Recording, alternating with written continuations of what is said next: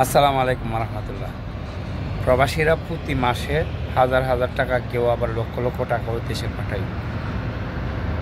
মাস শেষ হলে যখন স্যালারিটা হাতে আসে তখনই প্রবাসীরা টাকা পাঠিয়ে দিই, কিন্তু ব্যক্তিগত খরচ কিংবা নিজের খরচের জন্য কত টাকা লাগে প্রবাসীরা দেখেন। প্রায় 90% প্রবাসী হাত খরচ 1 থেকে 150 রিয়াল, যারা সৌদি আরবে আছে বা অন্য অন্য জায়গায় আছে তাদের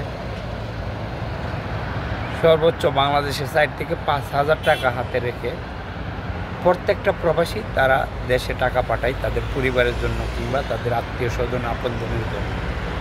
তবে এটা হচ্ছে চরম সত্য কথা। প্রায় 90% প্রবাসী হাত খরচ রেখে কিংবা এর চেয়েও কম টাকা রেখে বন্ধুবান্ধবের কাছ থেকে, অন্য প্রবাসীর কাছ থেকে ধার করে মাস পার করে একজন প্রবাসী।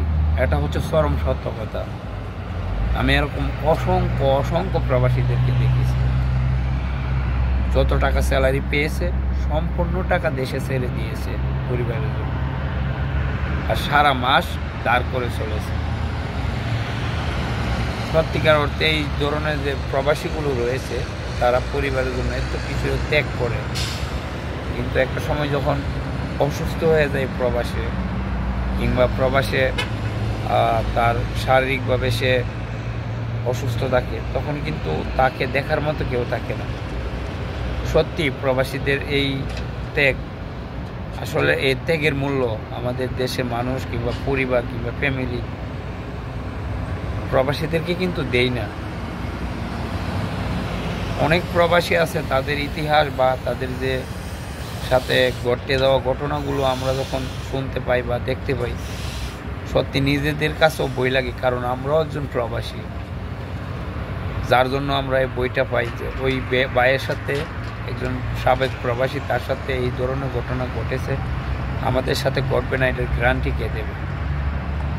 তো আমরা যারা প্রবাসে রয়েছি, প্রত্যেকটা প্রবাসী আমাদের উচিত কমপক্ষে আমাদের 1 মাসের হাত খরচ রেখে টাকা দেশে পাঠানো।